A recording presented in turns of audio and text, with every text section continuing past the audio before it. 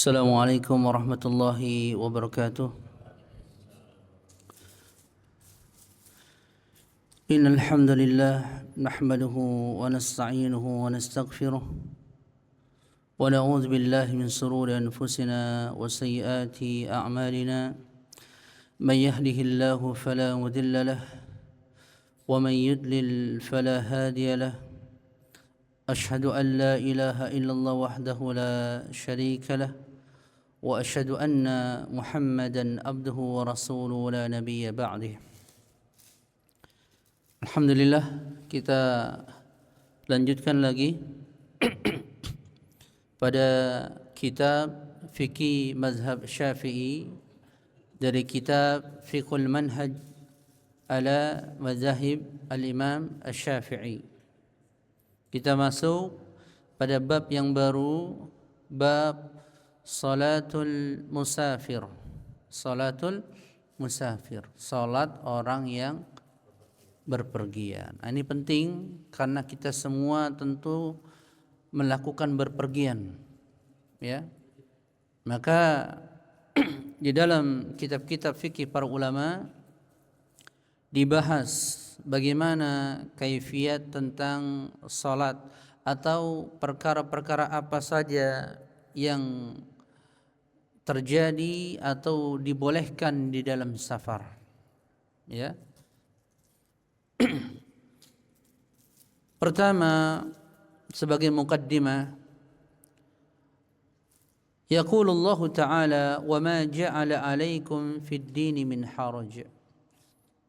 Dalam surah Al-Hajj ayat 78, tidaklah Allah menjadikan atas kalian dalam agama ini harj, yaitu kesusahan, kesulitan. Gitu. Tidaklah Allah syariatkan dalam agama ini kepada yang mengamalkannya dalam bentuk sulit, susah diamalkan, enggak.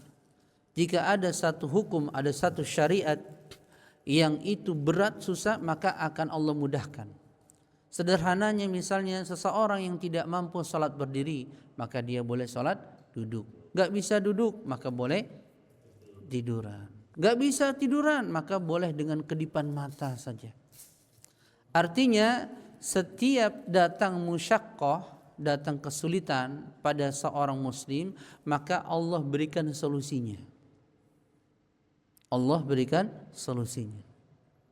Setiap datang kesulitan, ya, Allah berikan solusinya. Gitu. Maka safar adalah termasuk qit'atun minal azab, yaitu pecahan kecil atau bagian kecil dari azab. Kenapa disebut demikian? Karena ketika orang bersafar, dia akan meninggalkan anaknya, istrinya, makanannya, tempat tidurnya yang nyaman, gitu ya. Dan ini kan berat, meninggalkan halamannya, kampung halamannya. Ini berat, ya. Sehingga dia termasuk bagian dari azab, gitu. Dan ini menyusahkan kaum muslimin, berat safar. Makanya di antara rukhsah, keringanan-keringanan yang Allah berikan ketika seseorang bersafar, seperti apa? Bolehnya dia berbuka pada bulan Ramadan. Bolehnya dia tidak berpuasa pada bulan Ramadan ketika dia safar. Ini rukhsah, keringanan, gitu. Atau di antara rukhsah berikutnya adalah bolehnya dia berwudu dengan mengusap khuf, sepatu. Karena safar orang buka tutup itu menyusahkan, maka dia boleh mengusap sepatunya saja. Ini sudah pernah kita bahas, ya kan? Ada persyaratan sebelumnya, sebelum memasukkan khuf ini, sepatu. Gitu. Dan di antara keringanan-keringanan ketika seseorang bersafar adalah bolehnya dia mengqashar dan menjamak salat. Bolehnya bagi dia mengqashar dan menjamak salat. Kenapa? Karena musyaqqah, beratnya dalam safar tersebut. Gitu. Tentu saja ini nanti ada syarat-syaratnya, ya. Ketika syarat-syaratnya terpenuhi, maka baru dia boleh melakukan qashar dan salat. Paham ya? Ini mukaddimahnya terkait kenapa di dalam safar itu akan ada keringanan atau Allah berikan rukhsah keringanan-keringanan dalam mengamalkan ibadahnya. Karena di dalam safar itu orang meninggalkan anak istrinya, kesenangannya, makanan yang ia nikmati di rumah gitu ya. Gitu. Biasa ngopi bareng misalnya sama best friend-nya, sama kawannya. Dan dia bersafar yang ia tidak kenal siapapun di sana. Kan gitu. Ya kan? Kadang-kadang di kampung cari restoran juga enggak ada. Adanya cuman warteg. Kan begitu. Jadi banyak pahitnya. Meskipun mungkin dia naik pesawat gitu misalnya. Tapi senikmat-nikmatnya orang safar, dia akan capek lelah. Benar enggak? Lelah dia akan capai. Oleh karena itu, di dalam syariat Islam, ketika seseorang berbenturan dengan musyakko, yaitu keadaan yang memberatkan dirinya, menyusahkan dirinya, maka Allah berikan solusi keringanan. Allah berikan solusi agar dia tetap bisa beribadah, tapi dengan kadar yang telah ditetapkan oleh Allah. Begitu nikmat. Ini menunjukkan Islam itu luas, gampang, mudah, tapi jangan dimudah-mudahkan. Jangan dienteng-entengkan. Begitu. Ya. Dan ini penting. Ya, dan itu bentuk sedekah yang Allah berikan untuk kaum muslimin. Sedekah yang Allah berikan untuk kaum muslimin. Sehingga hendaklah diperhatikan dalam masalah ini. Ya. Nah, keringanan pada safar itu kalau terkait dengan salat diberi keringanan dalam dua hal. Pertama pada qashar, kedua pada jamak. Jadi enggak selalu digabung qashar dengan jamak, enggak. Kadang-kadang orang dapat keringanannya hanya qashar saja, kadang-kadang orang bisa jamak saja, kadang-kadang bisa dua-duanya qashar jamak, begitu. Ya, nah ini ada perinciannya nanti. Ya. Ini ada perinciannya. Yakni di dalam salat seseorang boleh mengqashar dan menjamak salatnya. Apa itu qashar? Apa itu qashar? Ada yang tahu enggak? Firdaus. Apa yang diringkas? Nah, para ulama ijma sepakat yang dimaksud dengan qashar itu meringkas. Yang diringkas yang jumlah sholatnya, rokaatnya yang 4 rokaat saja. Yang diqashar di dalam safar hanya 3 sholat. Yang diqashar di dalam safar hanya 3 sholat. Yaitu sholat-sholat yang rubaiyat, yang ada 4 rokaat. Berarti cuman zuhur, asar sama isya. Itu yang diqashar, diringkas menjadi 2 rakaat. Adapun maghrib dan subuh tidak dikurangi sama sekali. Apalagi maghrib enggak boleh dikurangi. Paham ya? Jadi yang dimaksud dengan qashar adalah meringkas dari salat-salat wajib yang jumlahnya 4 rakaat. Berarti kan cuma 3 tuh, ya kan? Zuhur, asar sama isya.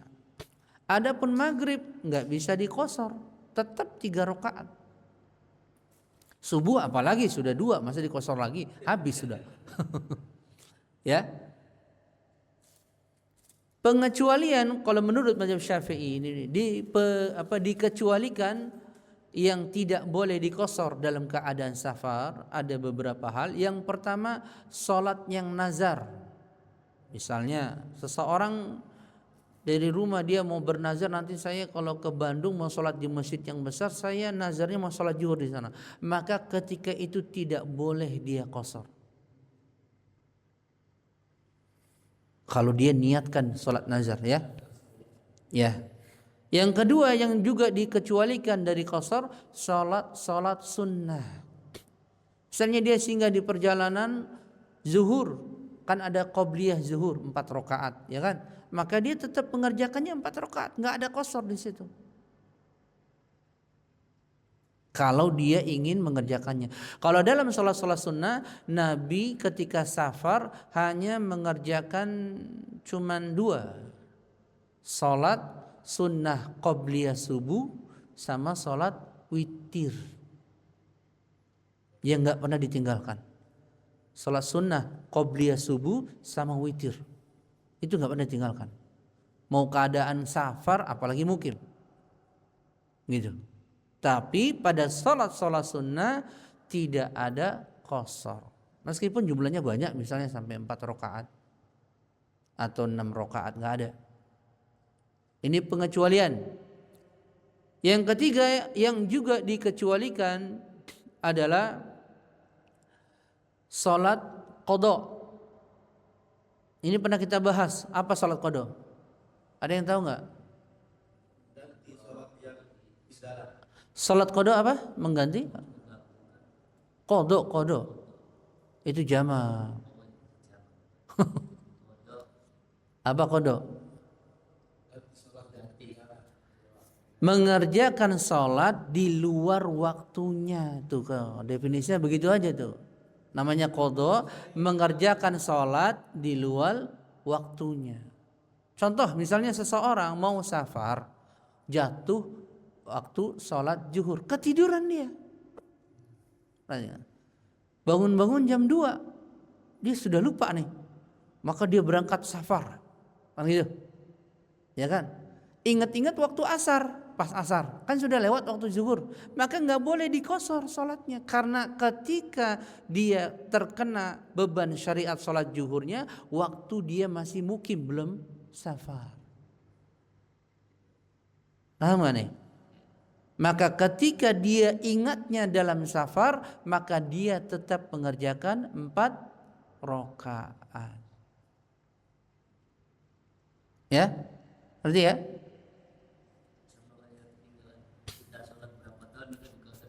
Wah, apalagi itu lebih berat lagi. Nggak mungkin.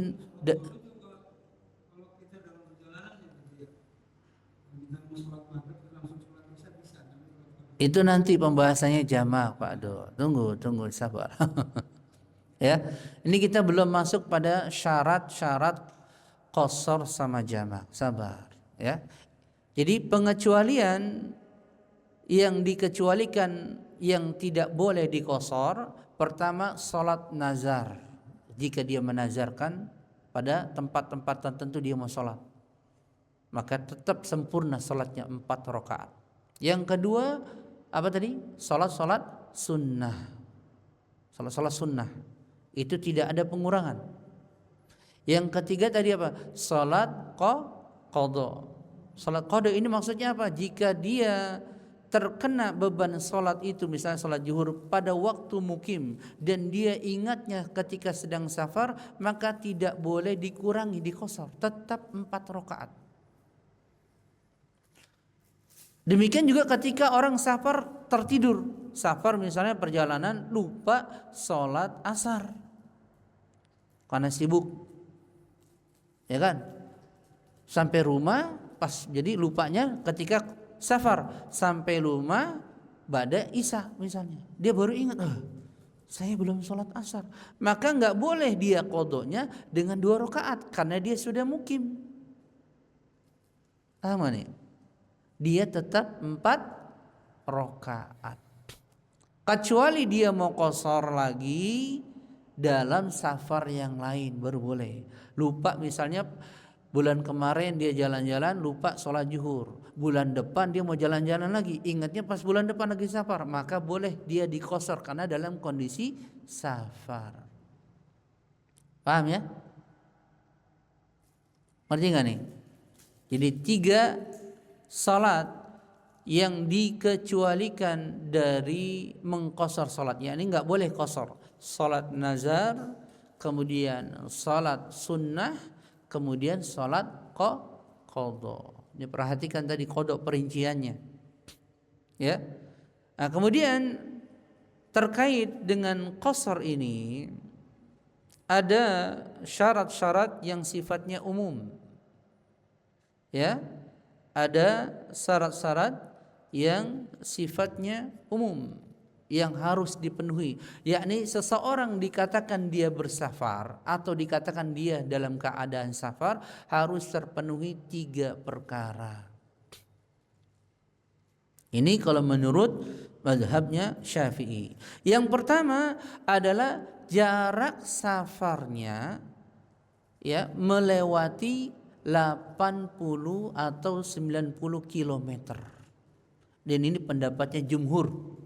Jadi Syafi'iyah, Hanabila, Malikiyah berpendapat jika seseorang dikatakan atau diberikan rukhsah untuk qasar ketika dia berjalan berpergian sudah melewati 80 kilometer. Ini pendapatnya jumhur. Ya, berarti kalau belum sampai 80 baru cuma 20 maka tidak dikatakan dia safar. Ya, tidak dikatakan dia safar. Berarti konsekuensinya dia sholat dengan itmam sempurna. Ya. Ini syarat yang pertama. Jaraknya kurang lebih harus ia lewati 80 kilometer. Ini pendapat jumhur, bukan pendapat Imam Syafi'i saja, tapi pendapat jumhur. Adapun pendapat yang lain kalau terkait dengan safar disesuaikan dengan uruf kebiasaan seseorang itu di satu kampung dikatakan dia bersafar itu kemana? Kayak di sini misalnya, mungkin ke Bandung baru dibilang safar. Kalau ke Bogor belum dibilang safar, ya kan? Gitu, ya kan? Apalagi kalau keluar sampai ke Jawa Tengah lebih safar lagi itu, kan gitu. Udah lebih itu, Mam. Udah lebih.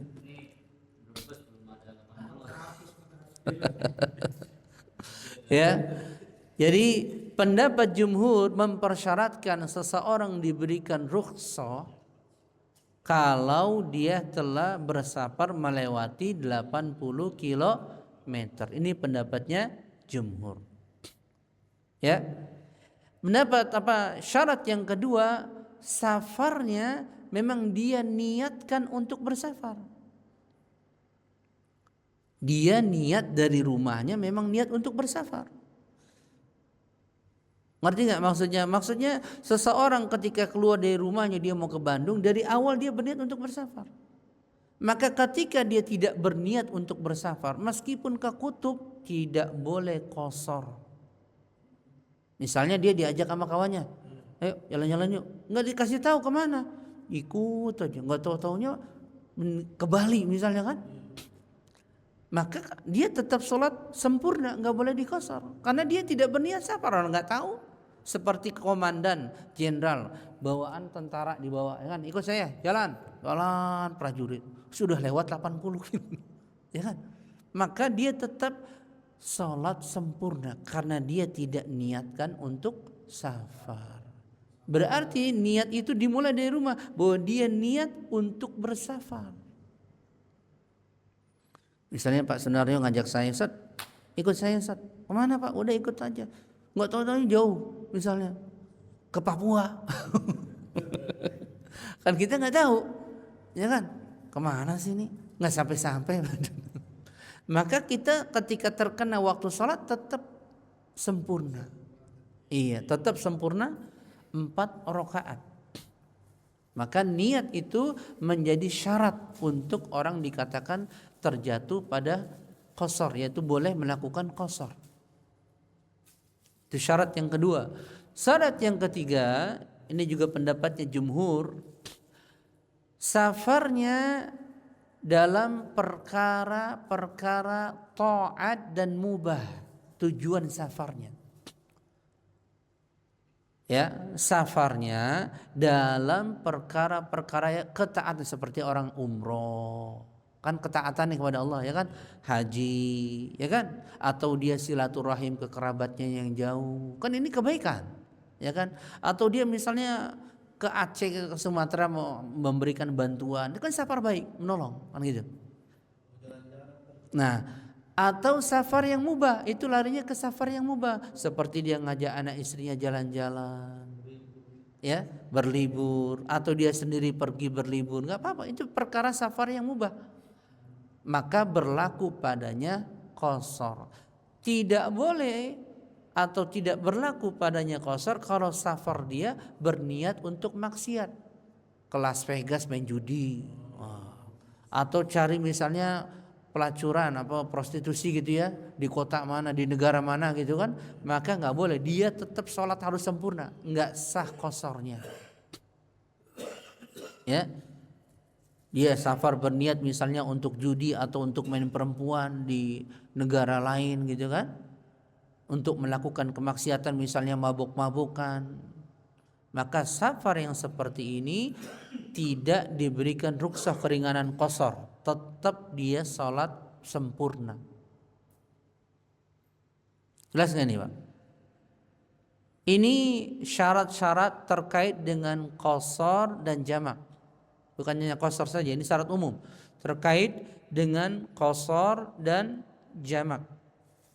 Ya, jelas nggak nih? Yang pertama tadi apa? Jaraknya harus 80 km. Yang kedua, niat safar dimulai dari berangkatnya. Yang ketiga, tujuan safarnya bukan maksiat. Begitu sederhananya. Tujuan safarnya bukan maksiat. Maka jika terpenuhi ini, tiga perkara ini, maka dia boleh mengqasar dan menjamak salat. Jelas ya? Nah, sekarang kita rinci syarat-syarat khusus yang terkait dengan qasar menurut ulama Syafi'iyah. Syarat yang pertama, ini perhatikan, bahwasanya kewajiban salat itu dia dapati terkena ketika dia dalam keadaan safar, baru dia boleh qasar. Saya ulang ini. Kewajiban dirinya ketika jatuh waktu sholat, misalnya sholat asar, dia lagi di perjalanan nih arah Bandung, dia berangkatnya pada zuhur misalnya ya, lagi perjalanan, maka kewajiban waktu untuk boleh mengqasarnya didapati dalam keadaan safar. Maka tidak boleh seseorang, perhatikan, jika dia mendapati misalnya waktu zuhur, dia belum mukim apa belum safar, waktu zuhur dia dapati masih di rumah, jam 2 dia berangkat, baru dia jamak apa dia qasar di tengah jalan, nggak boleh. Maka kalau dia qasar nggak sah, dia harus 4 rakaat. Kenapa? Karena mendapati kewajiban sholat zuhurnya sebelum dia safar, masih di rumahnya.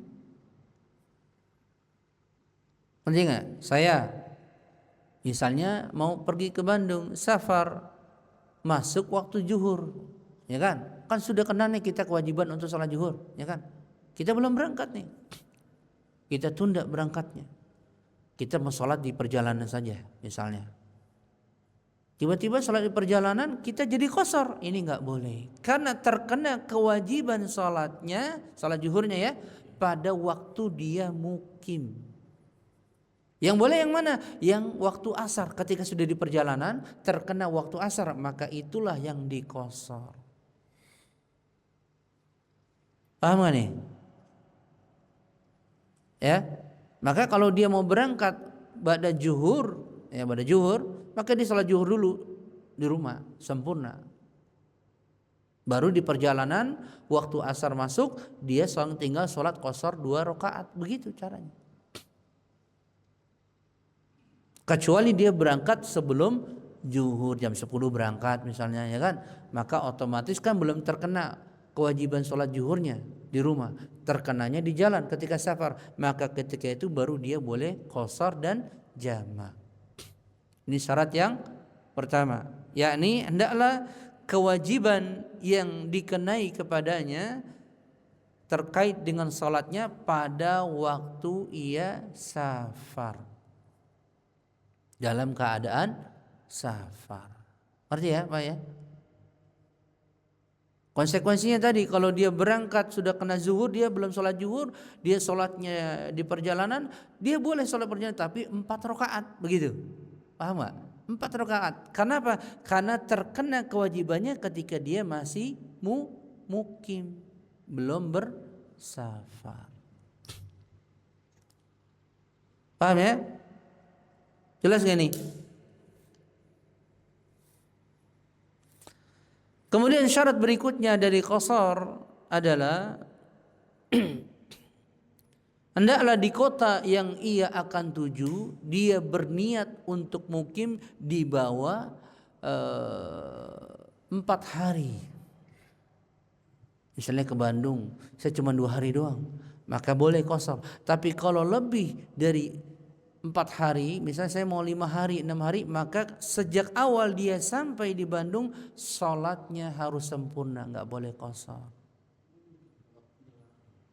Ya, nanti ada perincian di sini.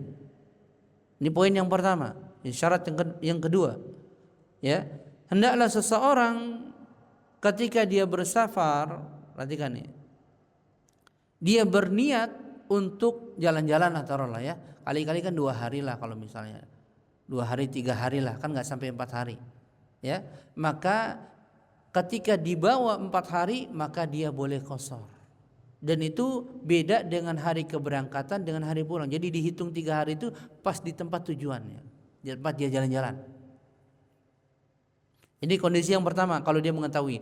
Jika dia tidak mengetahui berapa lama dia di sana, karena ada urusan belum selesai, nyari orang kah, ngurus apa gitu kan, nggak tahu saya kelarnya kapan gitu, maka para ulama berikan untuk batas qasar paling lama 18 hari. 18 hari. Di atas 18 hari masuk ke 19 dia belum dapat juga, sudah mukim, maksudnya sudah sholat sempurna 4 rakaat. Paham ya? Jadi kondisinya, perinciannya ada 2 kondisi. Jika dia berniat dari awalnya ya, untuk menetap di satu tempat, misalnya di Bandung cuma 3 hari ya, maka qasar selama itu karena dibawa 4 hari. Tapi kalau dia berniat, saya mau menetap di sini, sudah dipastikan urusannya cuma seminggu, maka dari hari pertama dia tidak boleh, dari hari pertama dia tidak boleh qasar.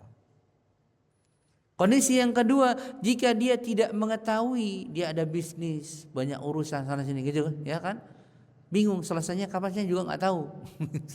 Meeting nggak ketemu orangnya gitu ya kan, bisa sehari kan, 2 hari kan, maka ketika itu dia tetap boleh qasar karena belum tahu selesainya kapan. Maksimalnya 18 hari. Ini pendapatnya dari ulama-ulama Syafi'iyah. Tapi pendapat ulama yang lain, selagi dia berniat safar di sana meskipun 2 tahun boleh qasar, nggak apa-apa. Meskipun misalnya sampai 1 tahun itu boleh. Tapi karena kita bahas pada fikih mazhab Syafi'i, maka saya terangkan seperti itu. Pada fikih mazhab Syafi'i ya dirinci, jika dia berniat untuk mukim di bawah 4 hari maka qasar, tapi jika berniat lebih dari 4 hari dia tetapkan mukimnya seminggu, maka dari hari pertama enggak boleh qasar. Jika dia tidak mengetahui kapan selesainya dia safar gitu, nggak tahu, maka dia boleh qasar sampai 18 hari. Selebihnya baru hari ke-19, 20 sudah mulai sholat sempurna. Qasarnya tidak ada. Paham ya? Arti nggak nih? Ya. Kemudian syarat yang ketiga adalah dia tidak boleh bermakmum atau dia jadi makmum kepada orang yang mukim, nggak boleh. Kalau dia bermakmum dengan orang yang mukim, maka sholatnya sempurna 4 rakaat. Paham nih? Kalau dia bermakmum kepada imam serta misalnya dia singgah di satu tempat gitu kan, dia jadi makmum ya kan yang singgah satu tempat ya imamnya kan tetap sholatnya 4 kan gitu.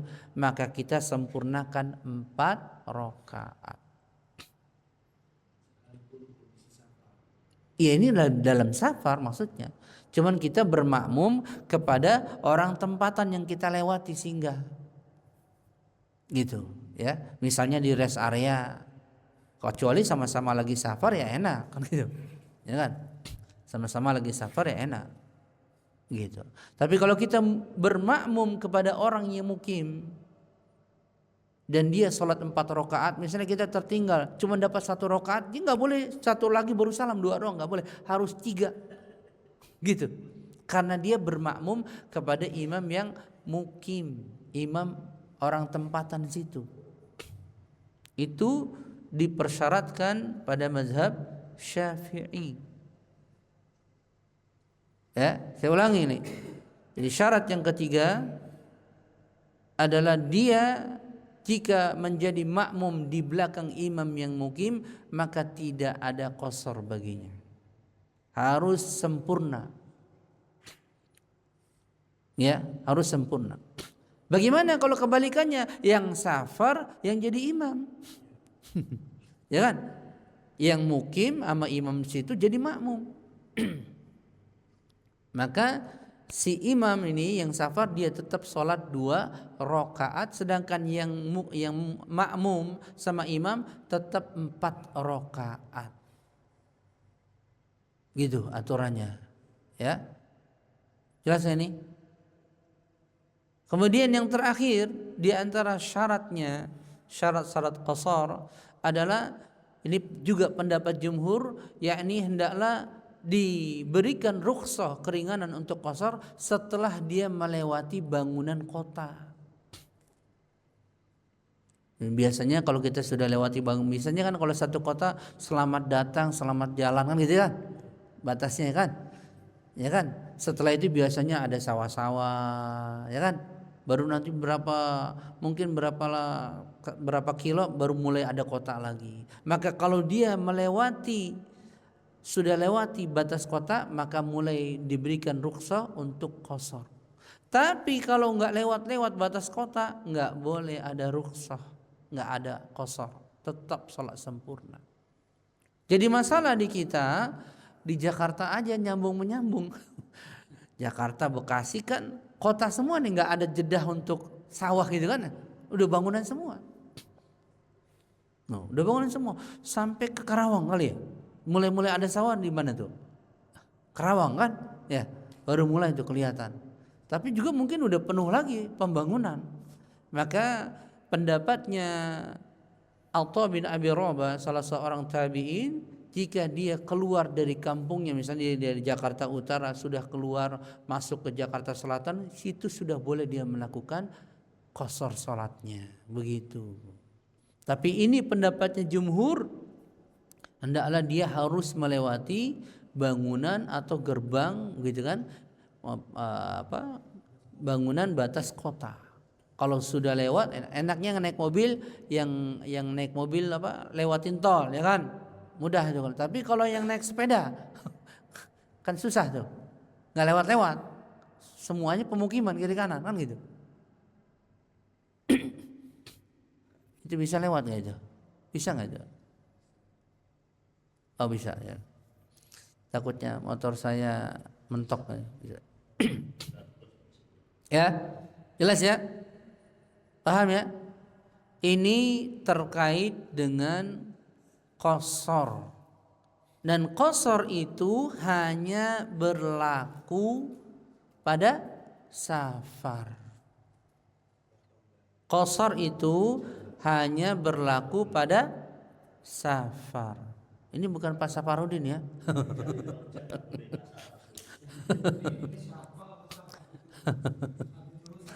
Ya.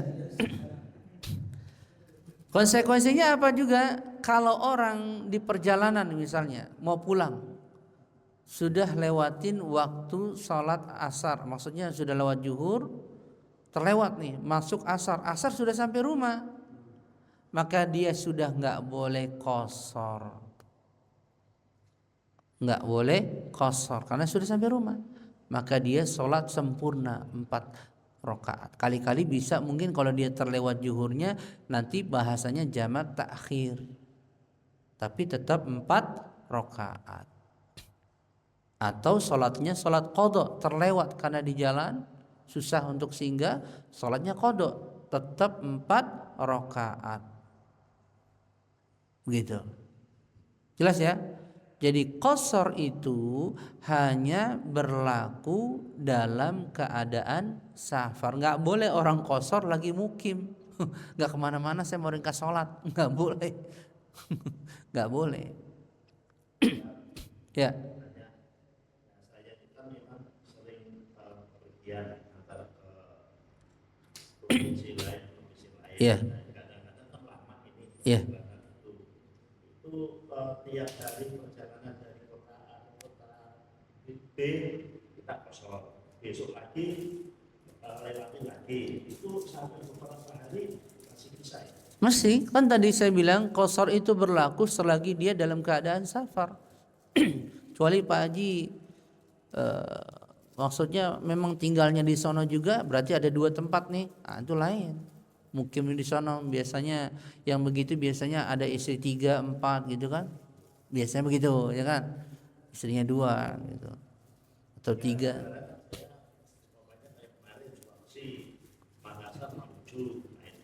Ya. Itu tetap qasar, udah harus qasar wajib. Mau kata sebulan kayak misalnya qasar tetap. Apalagi kita tidak mengetahui kapan selesainya. Terus untuk maghrib sama isya, itu kalau kita sudah sampai di hotel, itu bisa dijamak? Bisa. Ya, ingat ya, kita belum bahas jamak, ini baru qasar. Nanti saya baru mau bahas jamak nih. Ya. Ini qasar paham dulu nggak? Qasar itu hanya berlaku pada safar, sedangkan jamak bisa pada safar, bisa pada mukim. Itu bedanya. Jamak itu bisa pada safar, bisa pada mukim, sedangkan qasar khusus pada safar. Berarti qasar itu apa? Salat pada waktunya tetapi diringkas, gitu maksudnya. Salat pada waktunya tetapi diringkas, itu saja maksudnya. Yang diringkas tadi yang mana? Yang jumlah rokaatnya 4 rokaat. Berarti maghrib nggak boleh, subuh apalagi. Ya, jelas nggak dulu nih? Ini syarat-syarat yang terkait dengan qasar. Nah, sekarang kita masuk kepada jamak. Ya, masuk kepada jamak. Apa itu jamak? Jamak itu menggabungkan, mengumpulkan. Ya. Antara 2 salat dalam 1 waktu dikerjakannya. Gabungkan 2 salat ya, dikerjakan dalam 1 waktu. Itu definisinya. Baru jamak dibagi 2. Ada jamak takdim, ada jamak takhir. Apa jamak takdim? Di awal. Apa yang di awal? Misalnya zuhur dengan asar. Berarti yang diawalkan, yang di luar waktu sholatnya apa? Waktu asar ditarik ke waktu zuhur. Kan gitu. Itu namanya jamak takdim. Ya. Ingat-ingat nih. Apa jamak takdim? Di awal. Apa yang diawalkan ditarik yang belum waktunya? Sholat asarnya. Kalau maghrib dengan isya berarti sholat isya pada waktu maghrib. Itu namanya jamak takdim. Sedangkan jamak takhir kebalikannya. Sholat zuhur ditarik ke waktu asar. Berarti sudah lewat nih waktunya sholat zuhur, ya kan? Jatuh sholat berikutnya, sholat asar. Ini namanya jamak takhir. Ya, ini Anda ada perincian 2 perkara ini. Perhatikan ya. Saya ulangi, jamak ada 2. Ada jamak takdim, ada jamak takhir. Jamak takdim mendahulukan. Apa yang didahulukan? Misalnya kalau zuhur dengan asar, sholat zuhur dan asar di waktu zuhur, gitu ya. Sedangkan jamak takhir, sholat zuhur dan asarnya di waktu asar. Paham ya Pak? Nah, kemudian pada mazhab Syafi'i diberi atau ada beberapa persyaratan yang harus disempurnakan, yang harus ada baik pada jamak takdim ataupun pada jamak takhir. Syarat yang pertama ini yang kita bahas, yang pertama adalah jamak takdim. Yang pertama harus tertib, ini syarat. Maksudnya apa? Jamak takdim. Misalnya zuhur dengan asar, nggak boleh asar dulu baru zuhur. Maghrib dengan isya, nggak boleh isya dulu baru maghrib. Itu syarat pada ulama-ulama Syafi'iyah. Berarti dia kalau dia mengerjakan jamak takdim berarti dimulai dari sholat yang dikerjakan pada waktunya. Itu apa? Zuhur. Ya kan gitu. Setelah zuhur baru asar. Maghrib dulu, setelah maghrib baru isya. Nggak boleh dibalik. Isya dulu baru maghrib.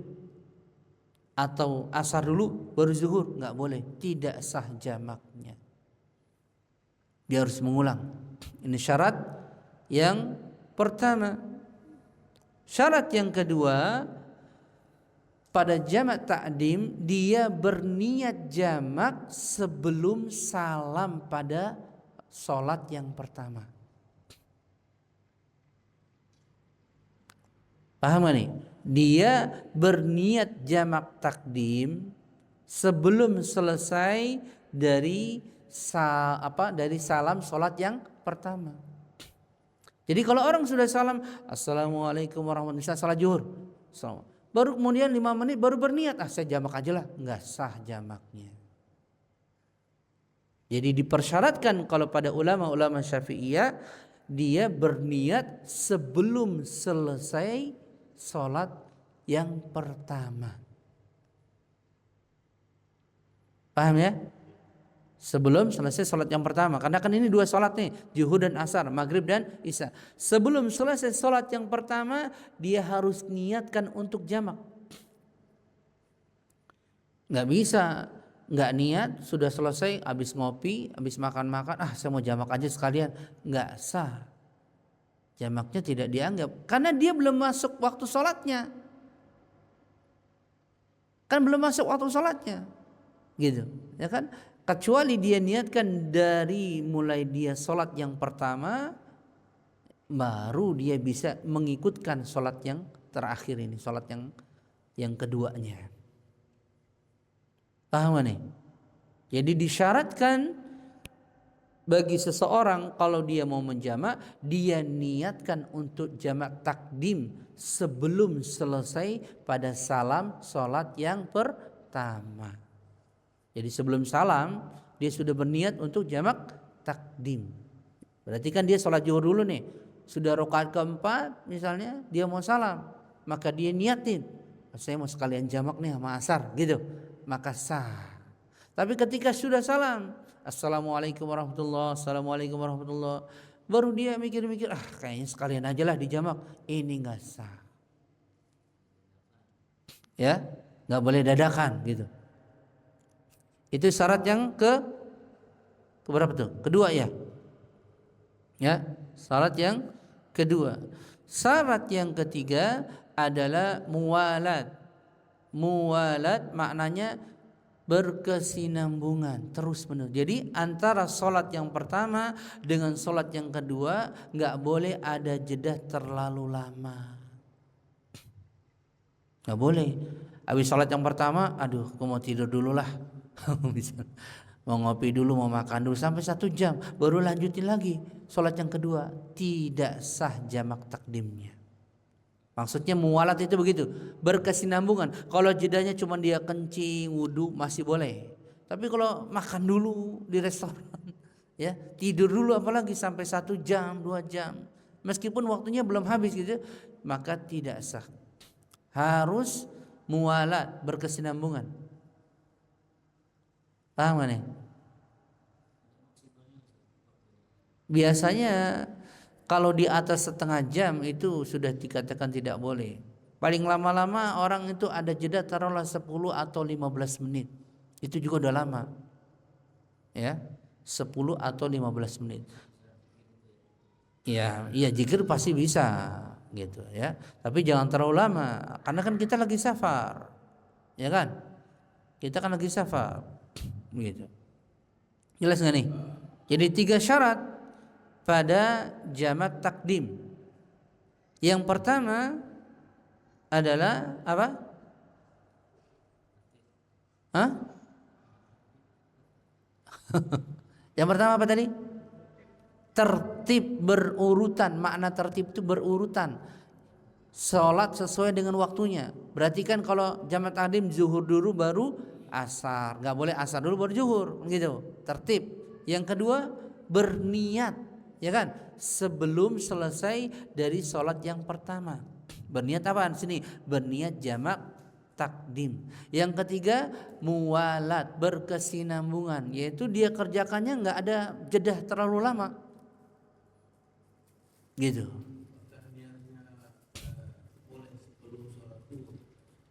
Niat apanya? Boleh, nggak ada masalah. Yang tidak boleh itu, iya, nggak ada masalah. Sebelum sholat malah lebih bagus. Saya mau sekalian jamak aja lah, nggak apa-apa. Ya, nggak apa-apa. Yang nggak boleh setelah sholat yang pertama baru berniat jamak, itu yang nggak boleh.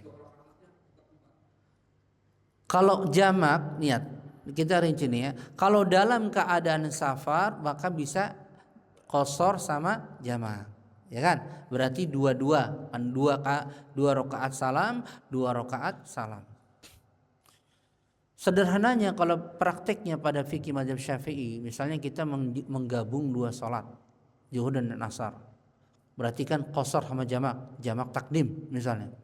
Maka kita ajan dulu, Allahu Akbar, ajan. Setelah ajan kita qomat. Salatlah zuhur 2 rakaat. Zuhur 2 rakaat. Salam, zikir sebentar misalnya, mungkin enggak sampai 5 menit, berdiri lagi qomat lagi, Allahu Akbar gitu. Baru salat yang kedua, salat asar, jamak takdim. Salam, selesai 2 rakaat. Begitu. Itu caranya. Azan sama qomat tidak disyaratkan, jadi bukan termasuk rukun, ya. Tapi kalau kita mau sempurna dianjurkan demikian kata para ulama. Kalau nggak bisa azan minimal qomat. Kalau qomat berarti dua-duanya ada qomat, tapi azannya satu. Begitu tata cara qasar sama jamak kalau digabung, ya. Qasar sama jamak kalau digabung. Jelas nggak nih?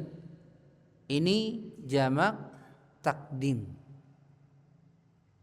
Nah, sekarang jamak takhir. Apa saja syaratnya? Yang pertama adalah hendaklah dia berniat sebelum selesai juga dari sholat yang pertama. Jamak takhir, ya. Hendaklah dia berniat sebelum selesai dari sholat yang pertama. Kenapa dia harus berniat? Sebab kalau dia tidak berniat, dia nanti dianggap melalaikan waktu sholat. Karena kan itu sholat zuhur ditarik ke waktu asar. Kalau dia tidak berniat jamak takhir, berarti dia melalaikan waktu. Nggak ada sebab apa-apa, nggak lagi safar atau lagi mukim nggak ngapa-ngapain. Saya pengen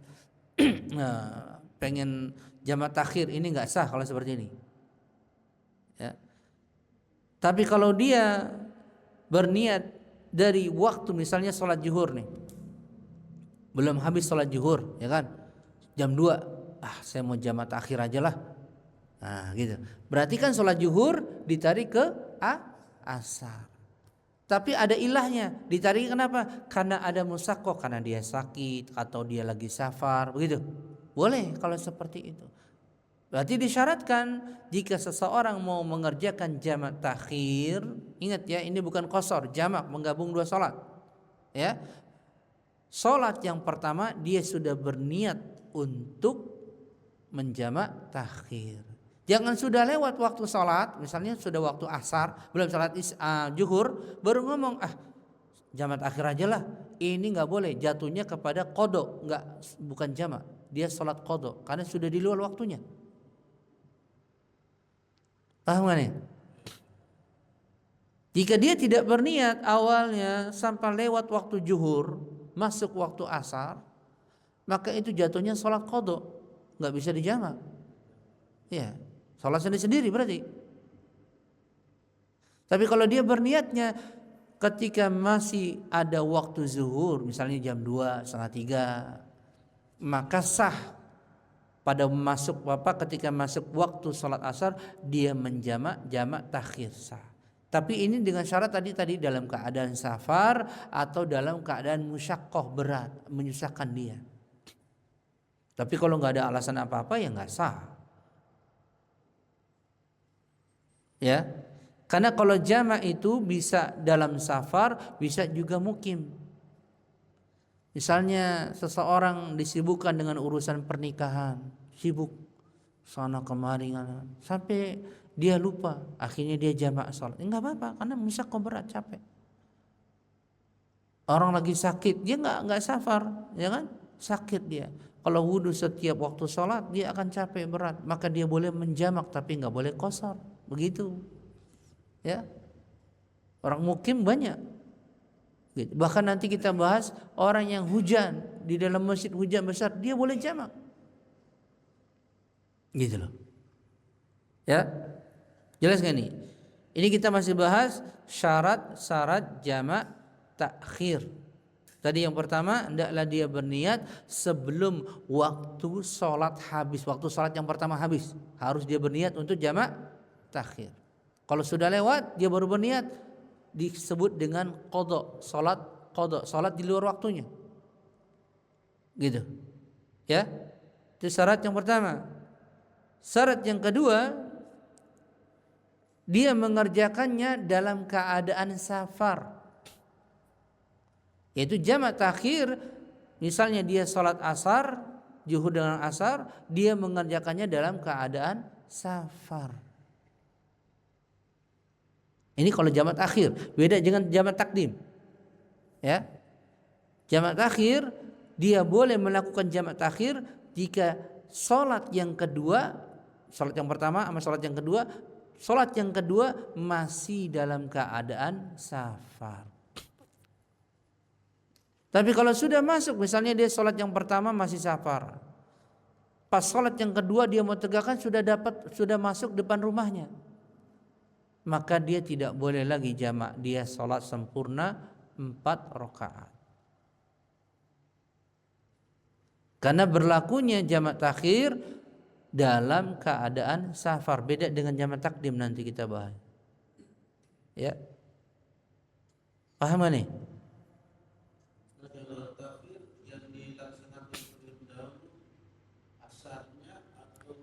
Nah, khusus jamak takhir tidak disyaratkan tertib. Jadi boleh. Berarti kan sholat zuhur sama asar, sholat zuhur ditarik ke waktu asar. Boleh asar dulu baru zuhur, atau zuhur dulu baru asar. Nggak ada masalah. Ya, karena asalnya yang sholat pada waktunya apa? Sholat asar. Karena kan dikerjakan zuhur pada waktu asar, maka kebanyakan orang mengerjakan sholat asar dulu kalau jamak takhir, baru setelah itu zuhur. Tapi kalau orang sholat zuhur dulu nggak apa-apa, nggak ada masalah. Beda dengan jamak takdim, nggak boleh dibalik. Ya, beda dengan jamak takdim, nggak boleh ditukar-tukar, nggak boleh didahulukan karena belum waktunya. Begitu. Jelas nggak Pak? Yang mana? Tadi kalau dia ketika jamak dalam keadaan safar boleh. Tapi kalau sudah mukim, maksudnya dia udah pulang, dia hanya boleh menjamak saja. Safarnya qasarnya udah nggak boleh. Ini kaitan dengan fikih sholat musafir, harus ngerti ya. Dia dalam kondisi apa? Tadi kan Anda jelaskan, qasar itu hanya berlaku pada safar. Sedangkan jamak bisa berlaku pada safar, bisa berlaku juga pada orang yang mukim. Gitu loh. Ya, ini lebih luas lagi kan kalau jamak, ya kan? Sedangkan qasar itu berlaku hanya pada orang dalam keadaan safar. Berarti kalau safar itu dapat dua keringanan, apa dia? Qashar dan jamak. Tapi kalau orang yang mukim hanya dapat satu keringanan, jamak itu pun ada aturannya. Nggak bukan terserah kita, pegel salat aja lah gabung, nggak bisa. Nggak boleh yang seperti itu. Ya, jelas ini Pak? Itu jamak takhir. Berarti syaratnya apa dia?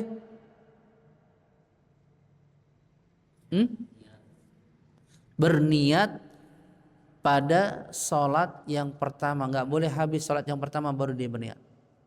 Ya, tuh. Berniat pada sholat yang pertama. Kemudian dilakukannya jamak takhir dalam keadaan apa? Safar. Beda dengan jamak takdim.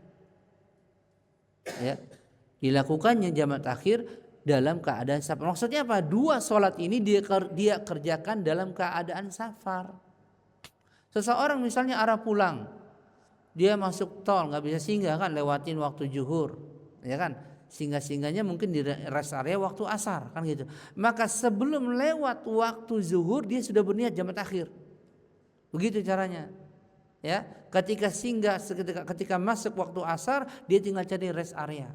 Baru dia menarik sholat waktu zuhur ke waktu asar. Begitu caranya.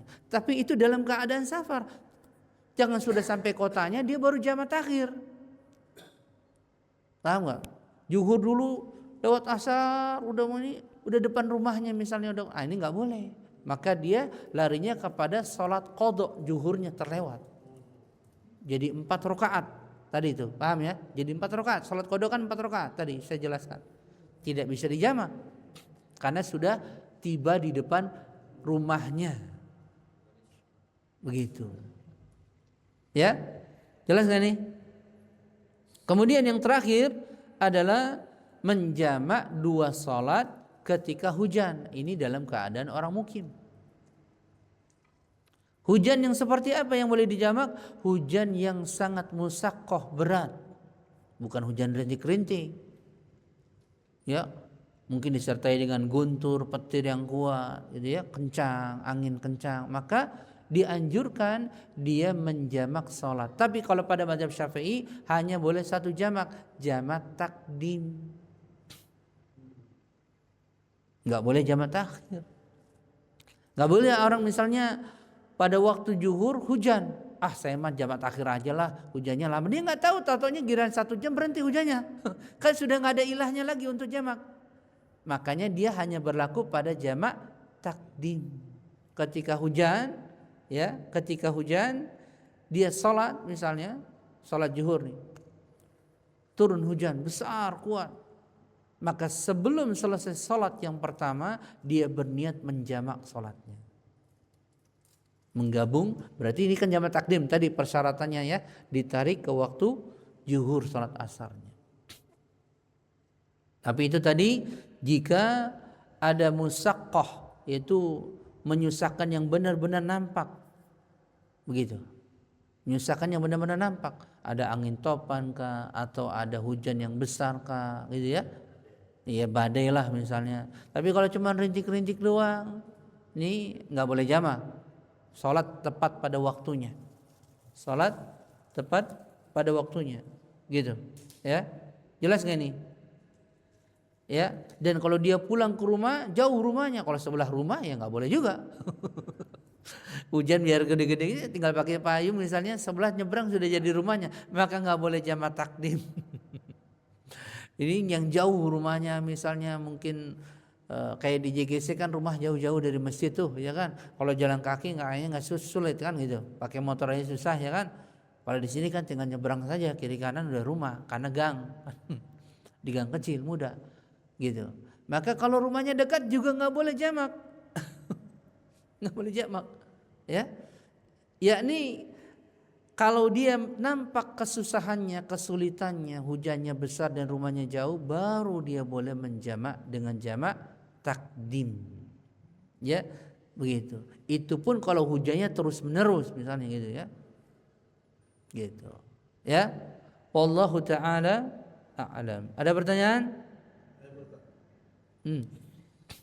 Dalam keadaan safar, Ustaz, biasanya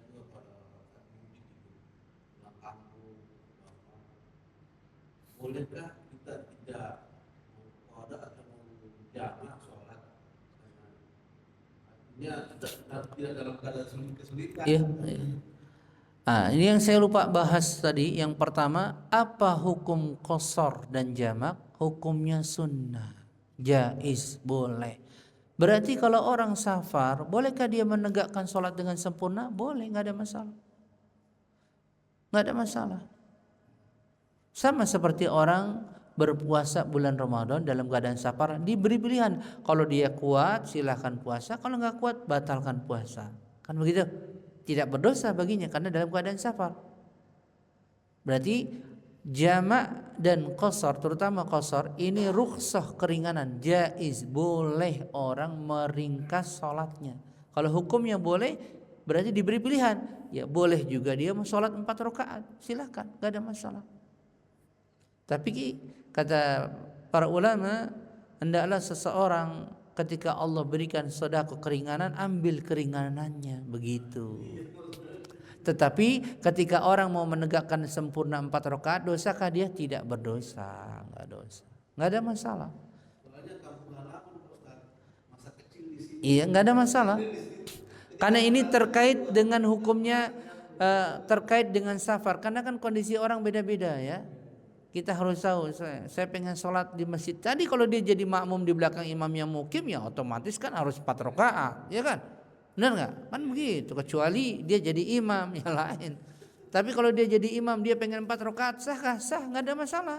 Dia dalam keadaan safar, saya mau jadi imam dan 4 rakaat, sah? Sah. Itu seperti amalannya Utsman bin Affan ketika Utsman bin Affan melakukan haji dan umrah. Dia menegakkan dengan sholat sempurna, gitu. Kalau umpamanya mobil pribadi atau ini itu gampang sebenarnya Ustaz, dan tinggal ngatur. Kalau kita pakai bis, kereta itu kita kan was-was. Ya makanya di sini kita perlu faqih, mengerti kondisi kita di lapangan bagaimana. Kalau kita pakai mobil bus umum gitu ya, bis umum, kan nggak mau terserah kita mampir sini dulu, nggak bisa, kan nggak bisa. Maka kita akan tanya dulu, Pak, ini kita transitnya waktunya kapan? Tanya dulu, ya kan? Oh, waktunya biasanya pada asar, maka kita niatkan jamak takhir. Kan begitu. Oh, ternyata nanti transitnya nanti sebentar lagi, Pak, berarti jamak takdim. Harus mengerti tentang fikih ini. Baru kalau jamak misalnya, ya kalau dia nggak mau qasar nggak apa-apa. Saya mau sholat 4 rakaat semuanya, silakan. Nggak ada masalah. Ya, tapi Allah memberikan rukhsah keringanan, hendaklah ambil. Karena itu yang disabdakan oleh Nabi. Ya, Allah berikan keringanan, ambil. Begitu. Ya, tapi kalau orang mau melakukan sholat sempurna, maka sah, tidak ada masalah. Jelas? Ada lagi?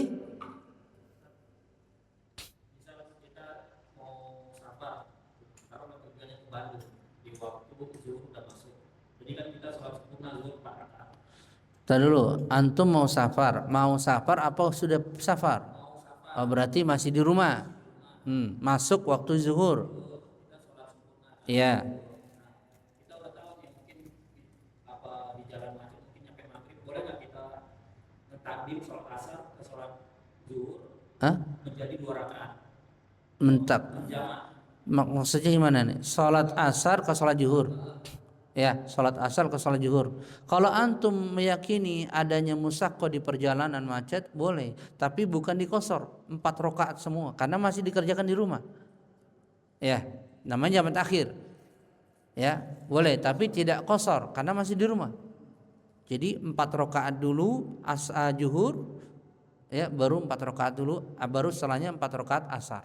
Kita mengira-ngira nih kalau ke sana nanti macet kayaknya nggak akan sampai sholat asarnya gitu ya. Kita yakin, apalagi kita buka map, waduh macetnya merah semua nih misalnya. Maka kita jamak. Itulah kalau kita ngerti fikihnya sholat ya musafir, berarti kita sholatnya di rumah tapi nggak qasar. Ya, cuman digabung 2 sholat. Sehingga nanti sampai kita mungkin malam ba'da isya, berarti baru tinggal berniat lagi. Kalau sampainya ba'da isya di Bandung misalnya, maka pas masuk waktu maghrib kita niat jamak takhir lagi, begitu. Karena di perjalanan belum singgah. Ya, jelas ya. Ada lagi? Ini penting ya terkait dengan safar karena kita semua akan bersafar. Cukup ya?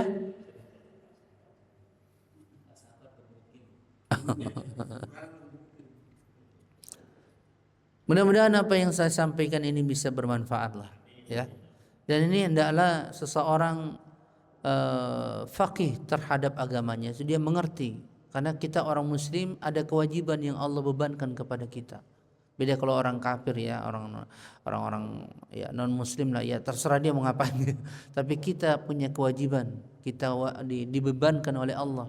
Tentu saja ini untuk kemaslahatan kita, bukan untuk Allah gitu ya. Maka hendaklah kita menegakkan salat dimanapun kita berada. Tetapi hendaklah kita mengerti tentang tata cara salat pada waktu-waktu atau kondisi-kondisi tertentu, ya. Ketika safar bagaimana, apa yang dimaksud dengan qasar, apa yang dimaksud dengan jama', gitu ya. Sehingga kita bisa mengamalkan salat ini berdasarkan ilmu yang kita paham, begitu. Hendaklah seseorang beramal, beribadah di atas ilmu. Maksud saya begitu. Hendaklah seseorang beramal dan beribadah di atas ilmu yang bersumber dari Al-Quran dan Sunnah dan penjelasan para ulama. Ya, ini penting. Ya, kita cukupkan sampai sini ya. Kita tutup kafarat majelis. Subhanaka Allahumma wa bihamdika asyhadu an la ilaha illa anta astaghfiruka wa atubu ilaik. Wassalamualaikum warahmatullahi wabarakatuh.